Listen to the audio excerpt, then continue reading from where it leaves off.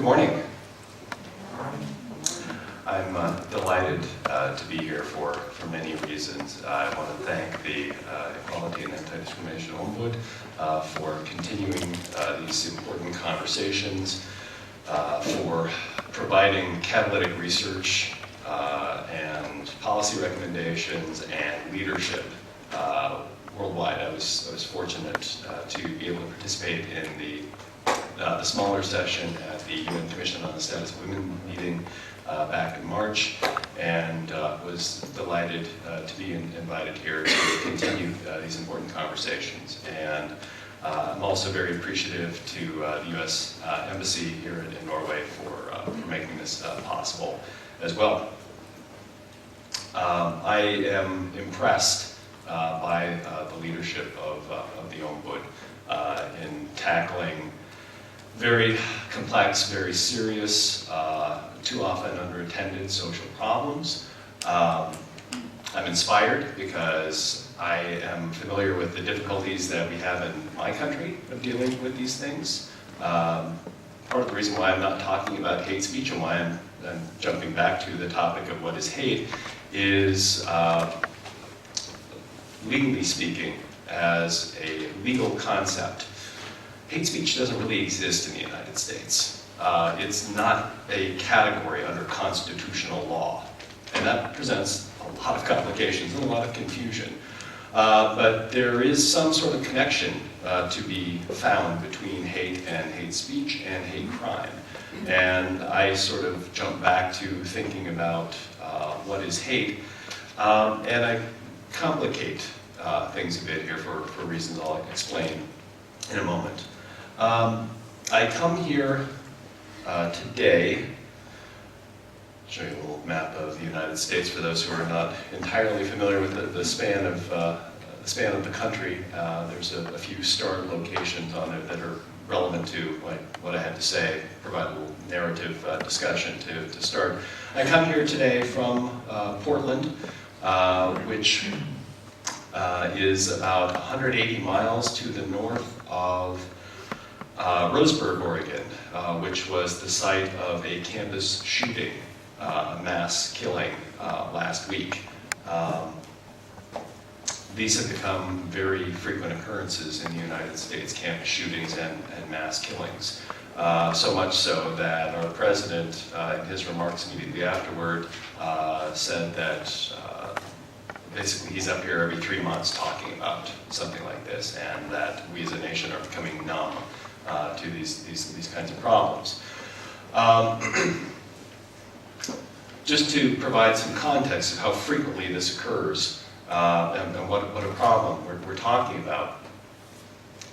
This was the 47th campus shooting in the United States this year. And that's not a mass murder, that's just a gun incident, shooting incident on campus, but 47th. Somewhere above 180 mass killings in this calendar year alone. And the president basically put out a challenge saying, look, we're investing all this money and all these resources on combating domestic terrorism since September 11, 2001. We have a much more serious problem with gun violence. And so CNN went and did the research for him, took up the challenge, and sure enough, between 2004 and 2013, the years that we have accurate data compiled, between 2004 and 2013, we've had 36 deaths in the United States from incidents of domestic terrorism, 36. We have had almost 317,000 deaths from gun violence, homicides and suicides. So we have a very serious problem, and we're not really making much headway on this either. Talk about getting stuck on free speech when we're dealing with hate speech. We get stuck on the Second Amendment when we're talking about dealing with gun violence.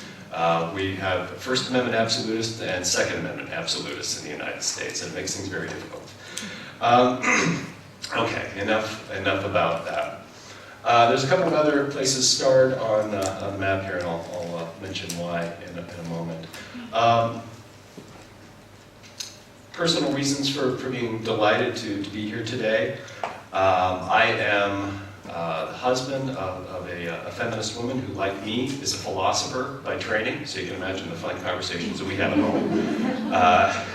Also a lawyer by training, so I'm argumentative and I ask a lot of questions. I'm not someone you want to have as a dinner guest, usually.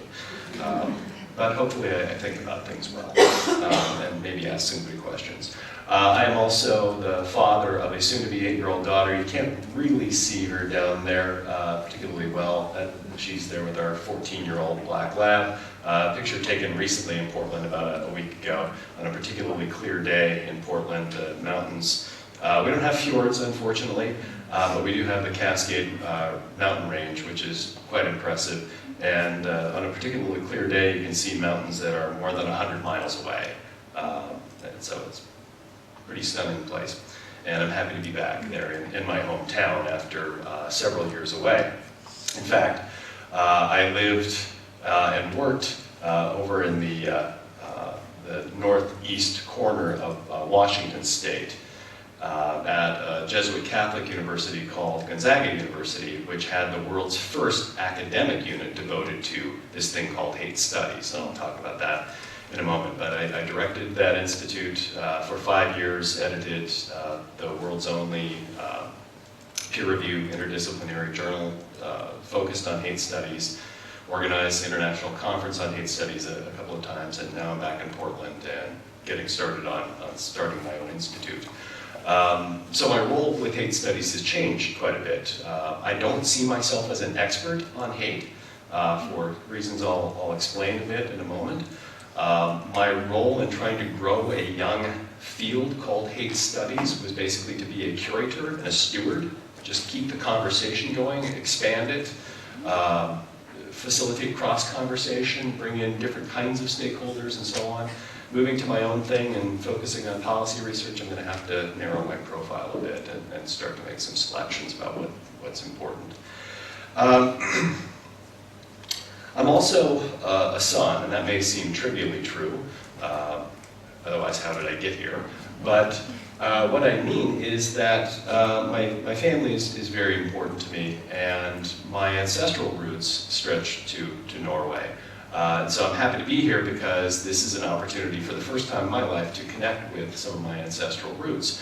My great-great-grandparents on my paternal grandfather's side both emigrated from Oslo in the 1850s and 1860s. They immediately went to Wisconsin and then settled in Northern California in an area that is very beautiful, very rugged, still in many ways very remote, sparsely populated, overwhelmingly white still as well.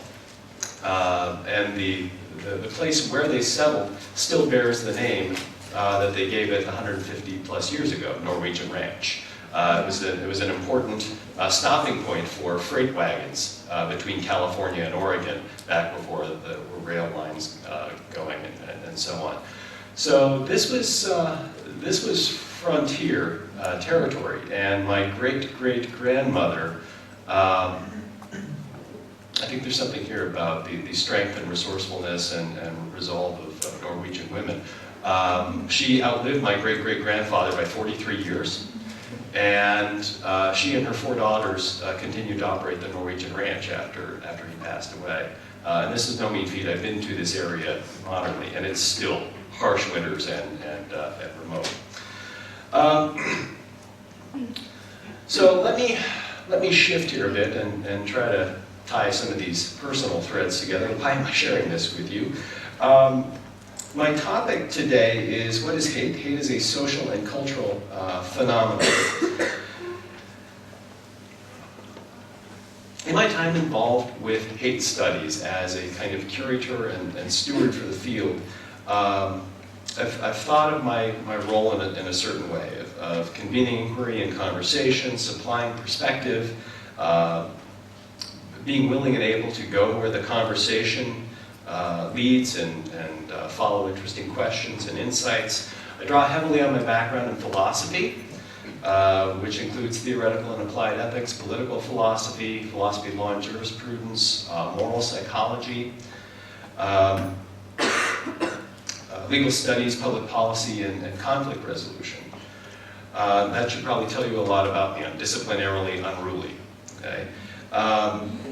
Something also worth noting in this mix is that Western philosophy regards the trial and execution of Socrates as one of its origin stories. Right? Socrates, as the story goes, was considered a political dissident in Athens, and for the specific reason of exercising his civil liberties. He was an irritant to the state. Okay? So that story, I think, highlights the sometimes uneasy relationship between philosophy and politics, between theory and practice, between ethics and law, between critical thinking and conventional attitudes and beliefs. But this is where my background in conflict resolution comes in handy, try to smooth some of these things out. I've noticed a few things in my time involved with hate studies, and that's really where I'm going to start today. The first is the common tendency toward misunderstanding the complexity of hate. And it's this complexity that makes defining hate clearly difficult. It makes it a contextual endeavor. Okay? And then it makes making the case between hate and hate speech and hate crime complicated as well. This tendency toward misunderstanding can lead to oversimplifying, toward trivializing, toward misaligning efforts, resources. And it can also lead to apathy. It can also lead to kind of felt powerlessness, like why even try doing something? Because we're not going to get anywhere, this is just going to get battered back down. Okay. There are four fairly frequently occurring tendencies. Let me see if any of these sound familiar to you, if you've heard versions of these ever. The first is a kind of ostensive definition of hate. Just, that's hate. I know it when I see it, or I know it when I hear it. That's it right there. Okay? And it may well be something more than an ostensive definition. It may be more than an idiosyncratic interpretation. Okay? But there's just that kind of immediate reaction, without necessarily supplying a thicker definition or conceptualization. Second, what's the big deal? Hate is natural. It's a natural part of who we are. People have always hated. Everybody hates something or someone, and some things should be hated. Okay? So this kind of naturalization of hate. Hate is an important part of the human condition. I'll say more about that in a second. Third, I don't hate. Or we don't hate. No, it's those people over there that hate. They're the problem. Okay? They're the ones that we need to be concerned with. And often that also connects with a further tendency that we view hate as dangerous and negative, so much so that we don't even like to talk about it, don't even like to think about it. Just prefer that those people go away and stop bothering us, or somebody needs to do something to stop them. The fourth tendency is hate is always bad. Okay? Nothing good ever comes from hate. Nothing good could possibly ever come from hate. Only love and concern for justice can bring about lasting good. Now, these are probably familiar expressions, one or more of them, to folks here. They're more than conventional beliefs and attitudes. Indeed, in the history of Western philosophy, all of these attitudes about hate and understandings of hate are prevalent, and more, okay? And that presents certain complications because they're all out there, and they're all floating behind the word hate. We can have these associations. We can have more than one of those associations running through our head or our hearts at any time. It makes conversation difficult, it makes policy making difficult, it makes legislation difficult. All of these expressions are intelligible to us. And they may evince a tendency toward misunderstanding, but they can also provide us with some useful insights. The second thing that I have noticed over time is that it's extremely difficult to root out hate activity and navigate the kinds of conditions in which hate activity exists.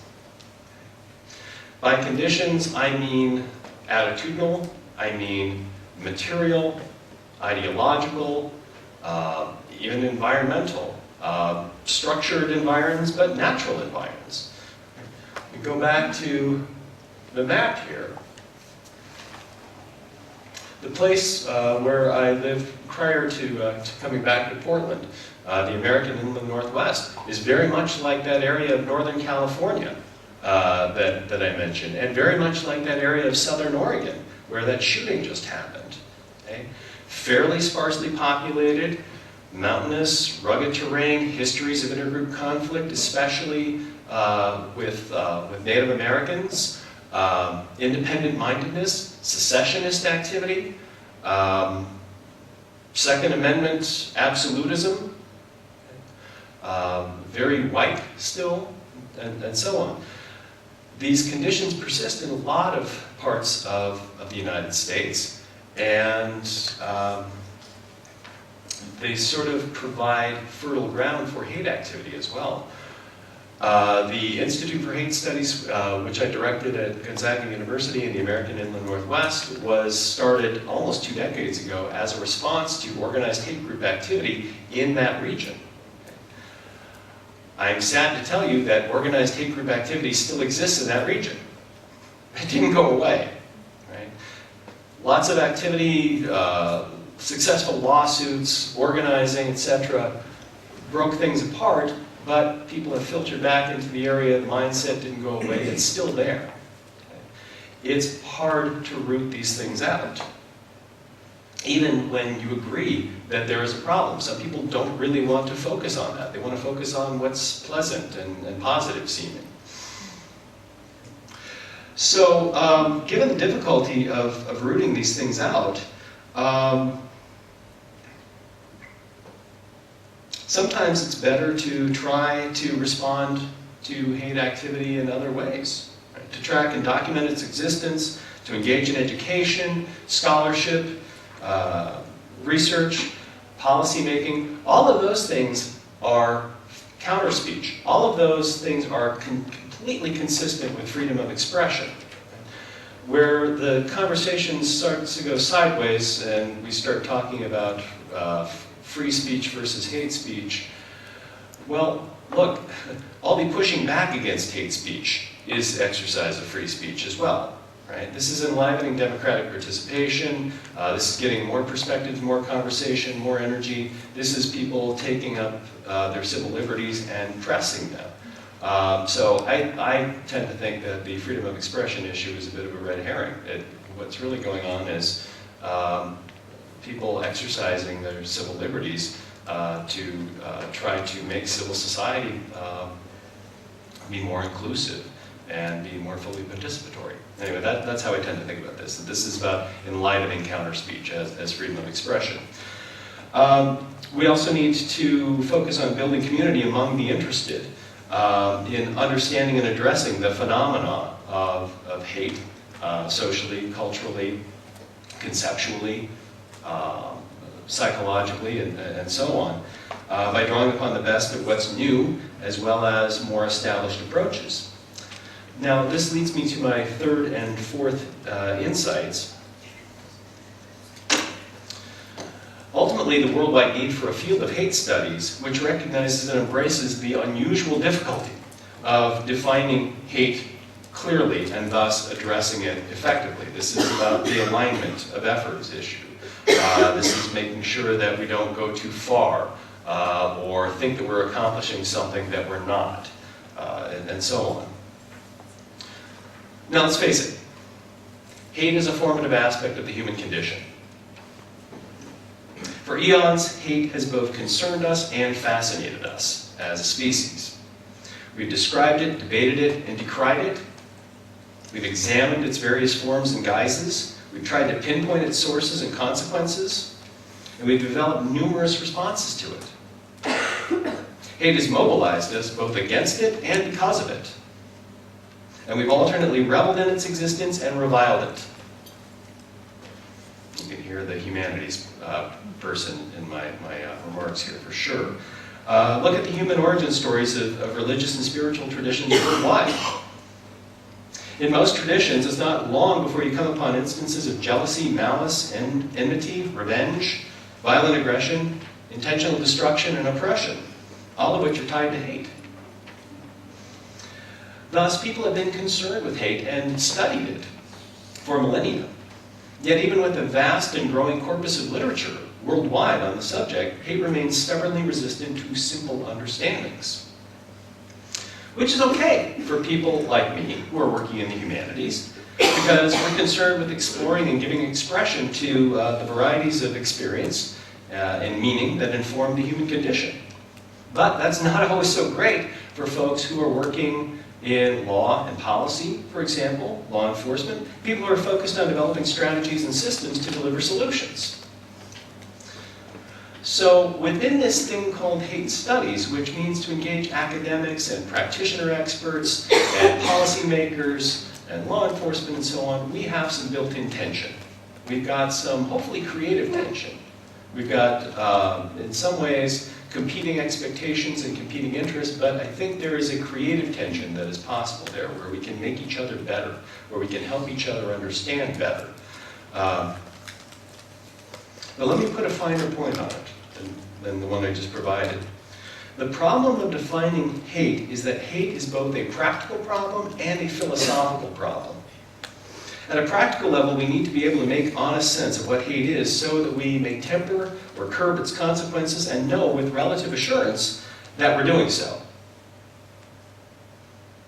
And so the thinking goes, we want philosophers who can help us to clarify the concept of hate, compare it and contrast it with other concepts, and critically assess situations in which hate is salient toward handling it. So you might think that what we need is a simple, single account of hate that gives us consistent guidance for assessing and addressing instances of hate in real life in order to have confidence in asserting correctly that's hate, okay? And not just take for granted the correctness of what we're saying, if you will, from our own perspectives, our own interests, a problem which is connected to subjectivism, emotivism, which is basically, I feel this way about this, you should too, ethnocentrism, nationalism, and so on. My suggestion, however, kind of moves in the opposite direction.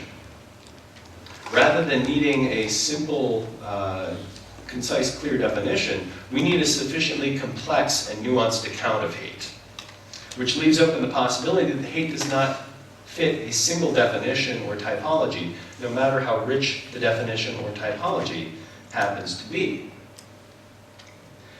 It's true in many instances that the understanding of important moral concepts is hampered by the lack of research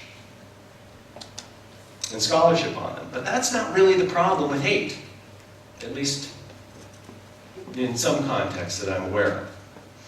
With hate, it seems that the more we analyze the concept, the more facets of it we see, the more good questions we form and refine, and so the more we need to continue inquiring.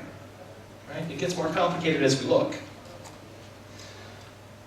Furthermore, hate loses something without its varieties of definition and conceptualizations, the metaphorical ones, the lexical ones, the ostensive ones, the arcane and obsolete definitions that still influence thinking, and the stipulative ones, the newer ones, the kind of specific contextual ones.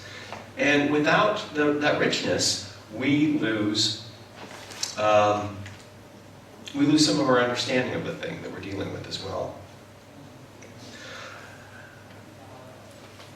So, due to the richness of language, culture, history, diverse institutions, worldviews, and conceptual frameworks, we have wonderful perspectives on hate.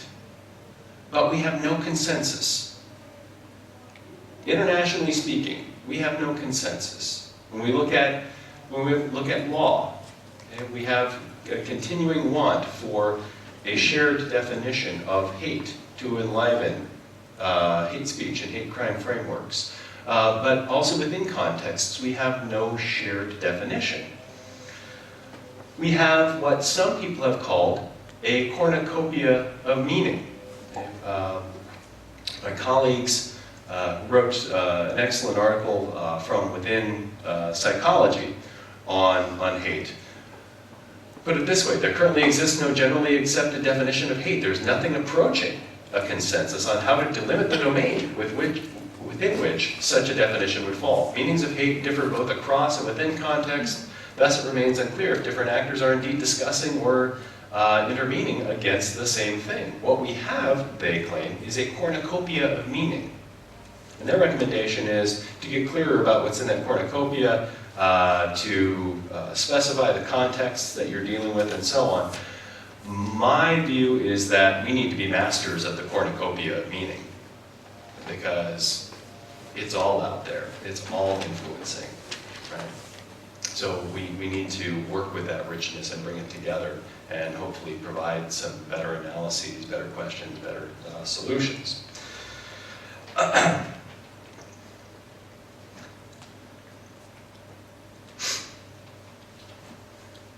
Of course, we need to have conceptual clarity about hate so that we can make wise, practical decisions of whether, why, and how to regulate hate speech, for example, or other manifestations of hate, how to curb and temper their consequences, hopefully even prevent problems from arising. And we need to be able to reassure the wider public through the provision of good information that hate itself is not a crime. That hate crime is not about policing people's thoughts or their emotions. And that hate speech is, on the whole, not a concern with people's private utterances. It's about what we do in public. It's what we do relationally. At the same time, we need to pay more explicit attention to the different roles that different theorists and researchers have ascribed to their conceptions of hate, and also to the formation of common sense ideas about hate. However, in doing so, I suggest, it's just as likely that new and increased dialogue between different kinds of communities and cultures, with more voices and perspectives joining the conversation and shaping it, and more attention paid to and given to the diversity of conceptualization and the reasons behind it, which is what the field of hate studies is about, will actually seed more diversity of thought and practice. Okay?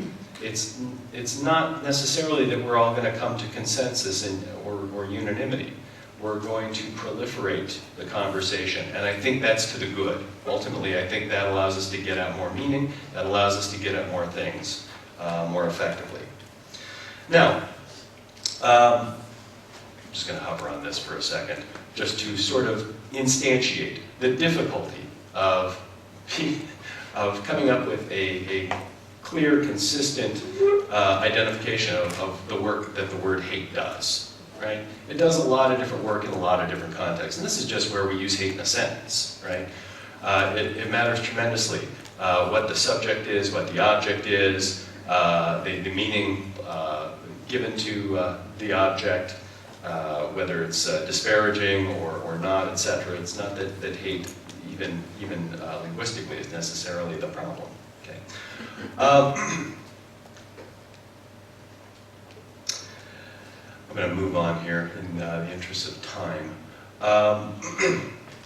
Now, if you doubt my argument so far, that basically we need a richer conceptualization of hate, we need to sort of become masters of the cornucopia of meaning, we need a field of hate studies that is sensitive to context, that is aware of these kinds of challenges, that supports open-ended inquiry among academics, that it seeks cross-conversation as appropriate between different kinds of audiences, that it maintains some rhetorical gaps so that conversation and inquiry can take place, so that we can have richer, deeper understanding, we can unsettle conventional beliefs and really try to get at why we think this is a problem and the dimensions of the problem, etc.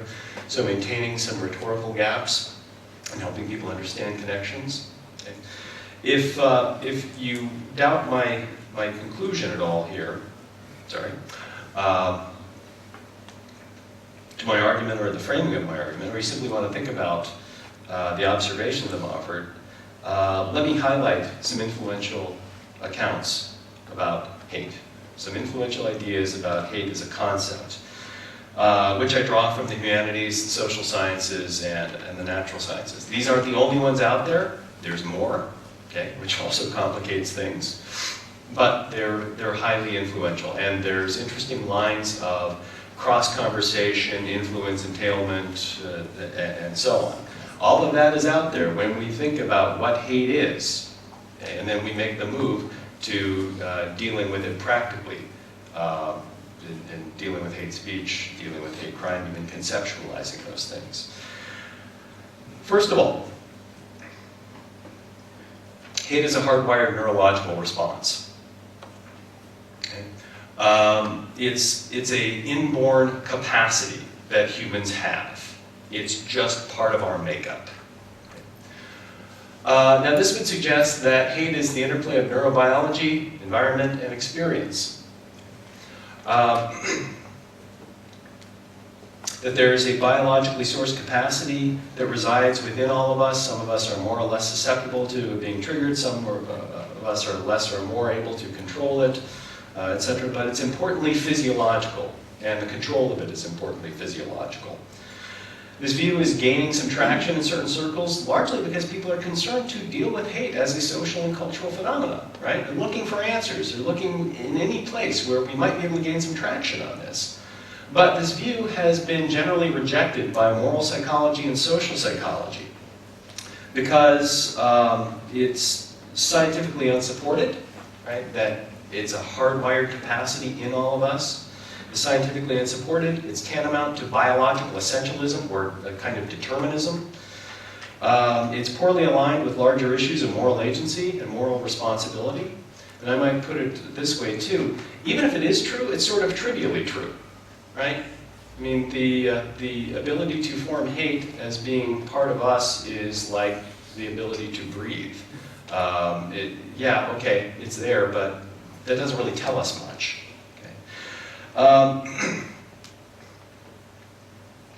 But some folks have also suggested that there might be an evolutionary basis to hate as well, and it might be part of the human adaptive strategies, which also complicates things. Moving on, hate is a really social phenomenon or personal experience. That is, hate is a kind of attitude or judgment. And interestingly, we have an embodied account here too. Right? The linguistic metaphors that we use for hate commonly. Hate is a strong dislike, an aversion, a disgust, a revulsion. All these are tied to taste, right?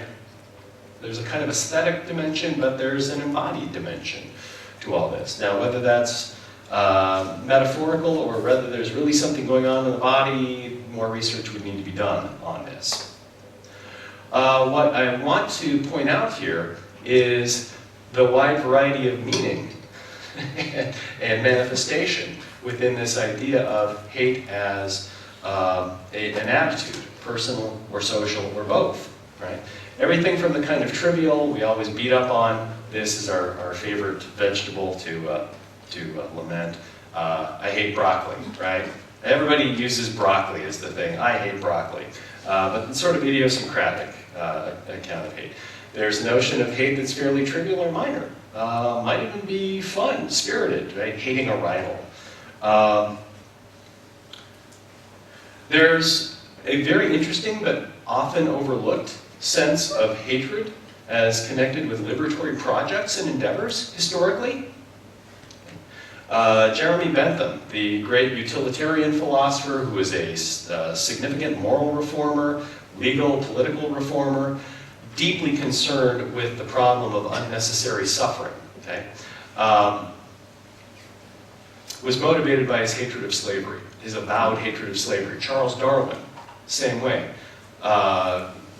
created the theory of evolution as a response, right, to slavery and his hatred of slavery.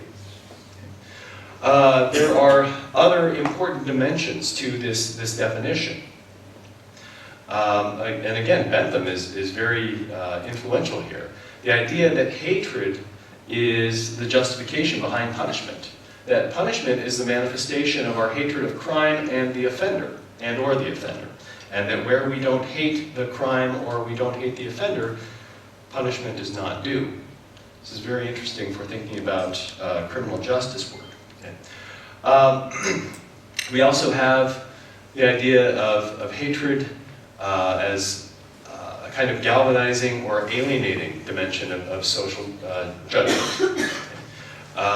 Some work on Victorian England suggests that hatred was really made an aspect of virtue, hating the right things in the right measure and hating the right objects. Well, unfortunately, that was also tied to subordination and discrimination and dehumanization of specific people consistently. So you have that kind of ambivalence. And then finally, you've got a kind of hypocritical dimension of hatred, that of hating the hater. Now, there's a lot more here, and I am unfortunately already up against it time-wise. Let me just take a couple of minutes here and get at a couple more of these dimensions so we understand the complexity of what we're dealing with.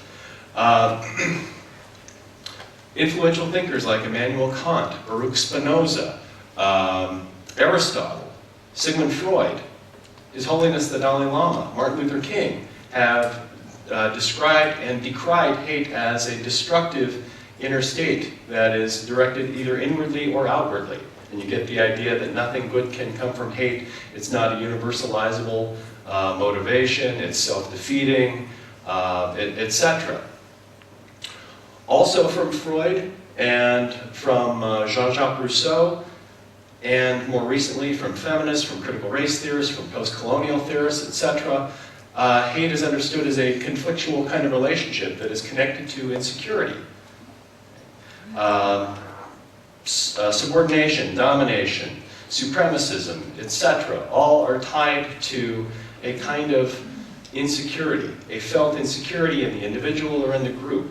Rousseau described it through the phenomenon of what he called amour propre, the concern for how one is viewed in the eyes of others and having a kind of elevated status, leading to material inequality and all sorts of social maladies and suffering. Freud talked about this in terms of what he called the narcissism of the small difference, where we affiliate into groups and see ourselves as different and better than, sometimes in very small and trivial ways, sometimes to disastrous result. Okay. One that we will talk about, I think, extensively today, as we really focus on hate speech, is hate as a dangerous substance, a contagion, a contaminant, right? A volatile explosive that needs to be dealt with in terms of quarantining, inoculation, things like that. It's a metaphorical understanding, and it's tied to notions of the body politic, it's tied to public health, importantly, as well as public safety. But it's not just a metaphor, it's not just a conceptual metaphor. You know, we're sort of testing out this idea and seeing that there are real social consequences to the volatility of hate. And we need to continue work in that direction. Finally, there's the understanding of hate as a cognitive emotional complex. And I want to hover on this specifically and end with this. I think this is perhaps the most helpful definition, especially for some of the things that we're seeing right now, in particular the context of gun violence. Okay?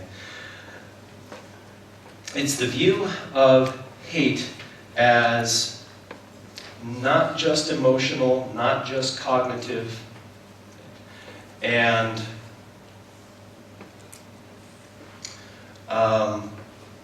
profoundly relational. Profoundly relational. The view really begins with the British empiricist philosopher David Hume. Hume was a great epistemologist, virtue ethicist, moral psychologist, but he was very frustrating to read for a lot of folks because he wouldn't necessarily give you a concrete definition of things. And this is in his account of hatred and love. He says, look, these are basically indefinable. And we see this in literature, like we don't get definitions, we get illustrations, we get examples, we get meaning, but we don't get definitions. Hate and love are basically indefinable. They're not basic either. Hate and love come at a level more complex in our cognitive and emotional makeup than things like sympathy, as Hume called it, or comparison. The ability to enter into people's feelings, exchange ideas, etc. But it's tied to anger, it's tied to jealousy, enmity, etc. But it's not necessarily destructive. Hate is not necessarily a bad thing. It's natural. People working in moral and social psychology today have taken up some of Hume's insights and blended them with things from Freud and others to look at hate as a complex cognitive emotional feature in us. Okay? And this is what I think is particularly helpful. The capacity for hate is not hardwired. It is subjective. It's subjectively experienced. But it's profoundly conflictual and relational. Hate is not necessarily abnormal or deviant. It is a byproduct. Okay? It's a byproduct that is predictable, though not inevitable. It's a result of cumulative adverse experiences, usually coming from many sources of feeling humiliated and dehumanized, such as having what matters to oneself or one's group be or appear to be denigrated, harmed, or threatened. Most specifically, this account of hate is understood as a function of the mingling of strong resentment, fear, anger, and aggression as catalyzed by prior suffering. As such, hate can indeed be dangerous, but it doesn't have to be.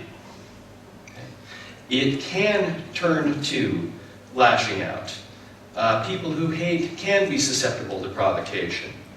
It can turn to violent action, which is either targeted or indiscriminate. It can be catalyzed by the person who harmed you, or it can be a stand-in.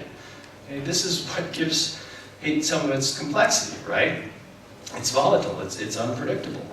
But we have to remember as well that not everyone who is exposed to suffering in themselves turns around and hates. Not everyone who hates is going to act upon it. Not everyone who acts upon it is going to act upon it destructively. Okay? That's where I want to leave the conversation for starters today. We can start to look at some of these destructive, harmful manifestations of hate and where we might gain some traction in dealing with it. Thank you very much.